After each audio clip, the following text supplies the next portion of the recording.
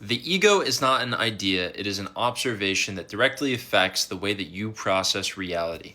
If you want to understand yourself and have a substantial sense of purpose and worth in life, you have to be aware of it.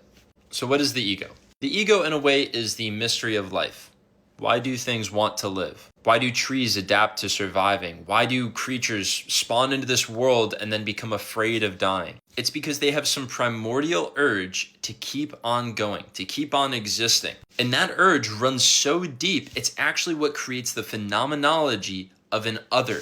The ego is not just identity. It is the urge that creates the need for identity. Identity is just this functional exoskeleton to the ego. Our ability to say what we are and what everything else is, what's beneficial for us and what's not beneficial for us. These are all tools and mechanisms and ways that the ego acts, but are not the ego itself. Now, I needed to make that distinction because I'm about to tell you that this exoskeleton is running your life.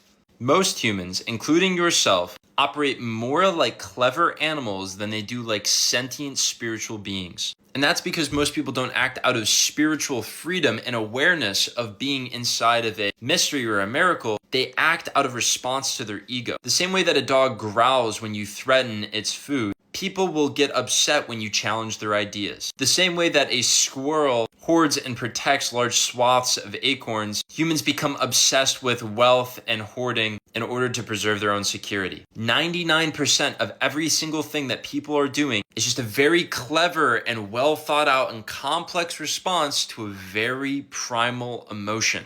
People want to feel safe, they want to feel comfortable, they have this egoic urge.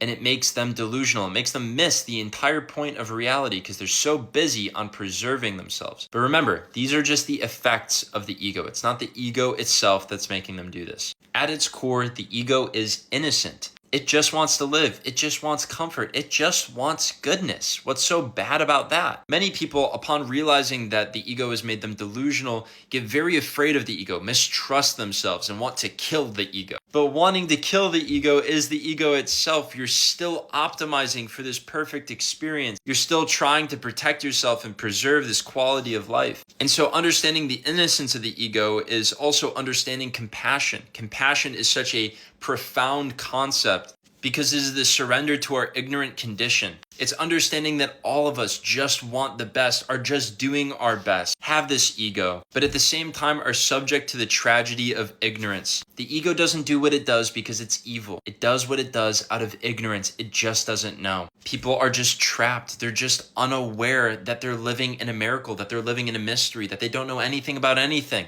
They really believe that the entire world is contained in success, money, abstraction, relationships. People literally commit suicide over this. People kill each other over this. People go to war. People create the worst possible experiences imaginable for themselves and for others out of nothing more than the condition of ignorance. Because if they knew really what reality was and what the origin of suffering is, they would just let go. They would just stop. If they knew that you could just trust and love and accept everything and be infinitely rewarded for that in turn, they just would. But they don't because the lessons of life are not so simple. The entire lesson is that you can't have it figured out before you make the leap. It's not a leap of faith unless you really don't know. It's not something that the universe will reward you for unless it's true and pure of your heart. You can't gimmick it. You can't knowledge around it. You can't cheat it. It's only pure, unadulterated volition of love that will free you. And that is this third element of compassion, not just the tragedy that we're subject to, not just the innocence of the ego, but also that all of this is necessary. That life is a school for us to learn love in its purest form. And the acceptance of that fact on a deep level is what brings us spiritual humility. You see, egoic humility has a purpose. You are being smaller, you are humbling yourself, you are minimizing your perspective in order for something to happen, in order to gain an advantageous position, in order to be more liked, in order for whatever. Spiritual humility is letting go of all of your preconceptions of what the world is simply to let go. There's no thing that you're doing it for. There is no deeper, you're just doing it for the thing of doing it, which looks like total betrayal to the ego, but is really total sympathy and compassion and love for the ego. It's this spirit of letting this thing which tirelessly works and works and works come to rest. It's letting your ego take refuge. It's letting yourself settle. Realize that you don't need to preserve or protect anything, that you are just.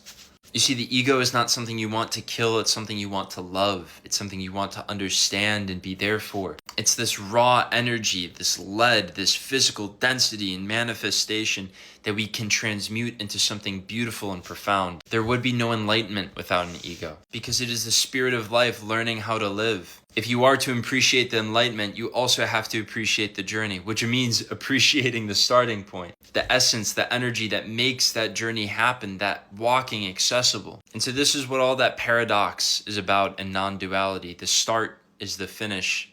The enlightenment is the ignorance. Realization is spontaneous because it's only in spontaneity that our will is pure. That is why every day it is so important to devote yourself to some selfless practice, to devote yourself to some meditation or some introspection. It is the love for yourself that generates this love for everything else, that generates this clarity that makes you capable of seeing the essence of your love for everything else. If you're interested in talking about this with me, you can always DM me or leave a comment. I'm happy to hear suggestions on future videos or topics of conversation, how this is practical, or things you might not have understood. This is just a pilot video explaining everything that I know about this topic, but that's all I've got for you guys today. I love you all. Take care.